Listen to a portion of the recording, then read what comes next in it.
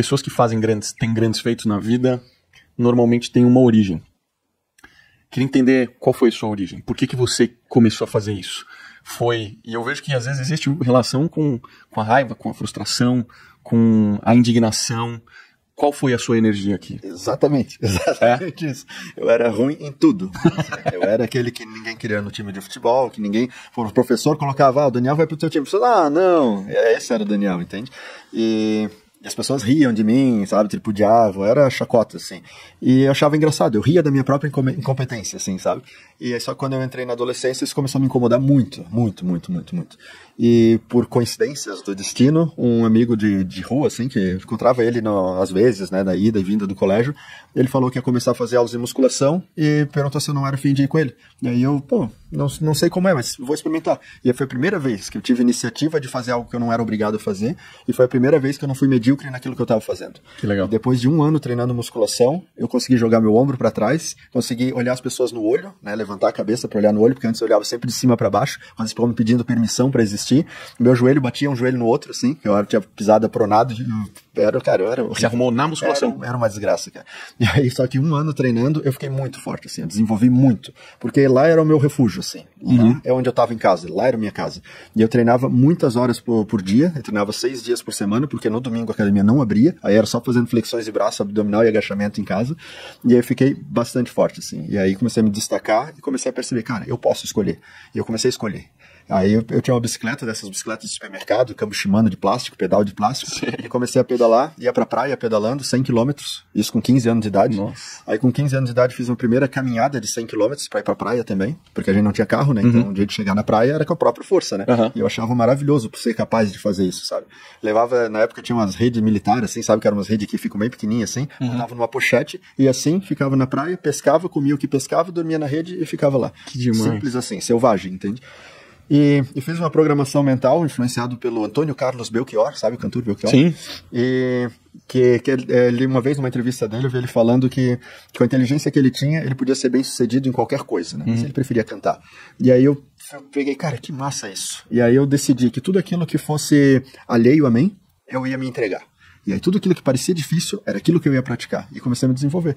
Correndo, eu não conseguia dar uma volta num campo de futebol. 400 metros, eu não conseguia correr sem caminhar. Assim, não tinha fôlego, assim, não tinha coordenação motora para correr.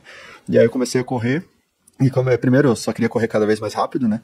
E até que um dia, da minha casa até o centro da cidade, dava 10 quilômetros. Aí eu queria chegar até lá. Aí depois, agora tem que voltar pra casa. Aí eu fiz 20 quilômetros. Sempre assim, cara, olha que massa, né? E só que aí, ficou na gaveta. Aí num belo dia, tem a maratona de Blumenau, e eu fui assistir a chegada, assim, né? E aí eu cheguei mais ou menos com 3 horas de prova, assim, e aí eu vi um monte de velhinho, assim, né, de pessoas que eu julgava que eram mais fracas do que eu, e fazendo algo que eu não era capaz de fazer. E eu comecei, olha só, como é isso? O que ele tem que me falta, né? E aí comecei a olhar pra dentro de mim e ver como aquelas pessoas que eram visivelmente mais fracas fisicamente do que eu, conseguiam fazer algo que eu não era capaz de fazer. E quando eu comecei a olhar pra dentro de mim, eu comecei, peraí, mas não falta em mim, eu só nunca experimentei. E aí eu fui lá e comecei a correr e... Como eu era bem ruim nas coisas, eu tinha traumas emocionais, muitos bloqueios emocionais. E eu aprendi principalmente com a corrida, que era o que mais exigia cardio, né? Porque quando a gente vai perdendo oxigênio, né? Vai gastando muito oxigênio, a gente vai perdendo a parte cognitiva que mostra que a gente está acordado. E aí eu falo sempre assim, para ficar bem ilustrado, é como se o porteiro que guarda as emoções lá dentro, ele dormisse. E aí, como não tem ninguém para controlar, para manter as emoções presas, elas vêm à tona. E quando essas emoções vêm, o que eu aprendi a fazer era direcionar isso como fonte de energia. Então, eu uso raiva, tristeza, medo, alegria como fonte de energia. Então, por isso, quando as coisas ficam realmente difíceis, é onde eu fico mais forte. E essa foi a virada de chave, entende? E a corrida me mostrou isso. De fazer uns treinos que não faço em casa, esses tipos de treino, não faço isso. De correr, 30 km, até 50 km sem tomar um gole d'água, levando o corpo à falência total, assim, chegando à beira da exaustão máxima, desidratação, hipoglicemia, normal, era fórmula de treino fazer isso. Para que eu tivesse medo, para que eu ficasse totalmente vulnerável, para que eu tivesse a oportunidade de ser mais forte. Então eu quase me arrebentei muitas vezes assim, sabe? A parte física, de você deixar um corpo forte, um cardio forte, cara, a maioria dos treinadores consegue atingir isso, entende? Pegar um atleta e deixar ele forte.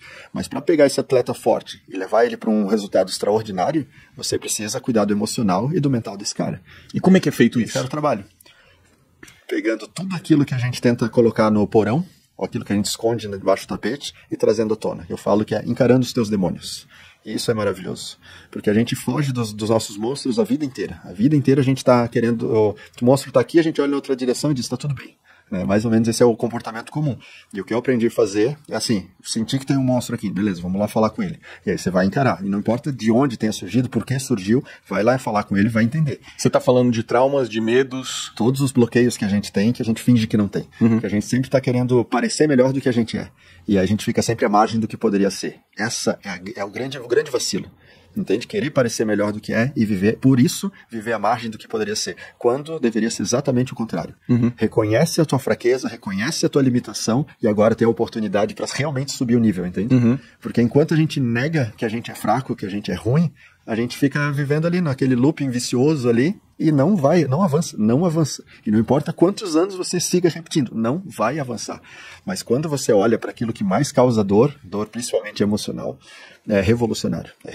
Porque quando você consegue exorcizar um monstro desse, você fica muito mais leve, você fica muito mais potente, assim, isso de um dia pro outro, assim, quando você vomita esse monstro, sabe? E sempre tem um anjo e um diabo dentro da gente falando, e a questão é para quem a gente vai dar atenção, né?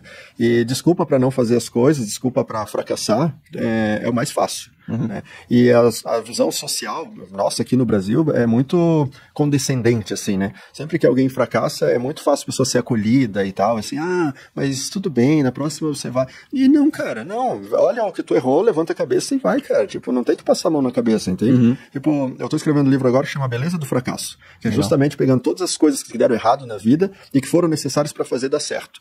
E as pessoas têm medo de falar, mas não fala assim, fracassar. Não, fracassar, cara, fracassar, você não deu conta de fazer, tu fracassou. Não precisa ter medo das palavras, entende? A gente é adulto, cara, falar como gente... Enfrentar a realidade.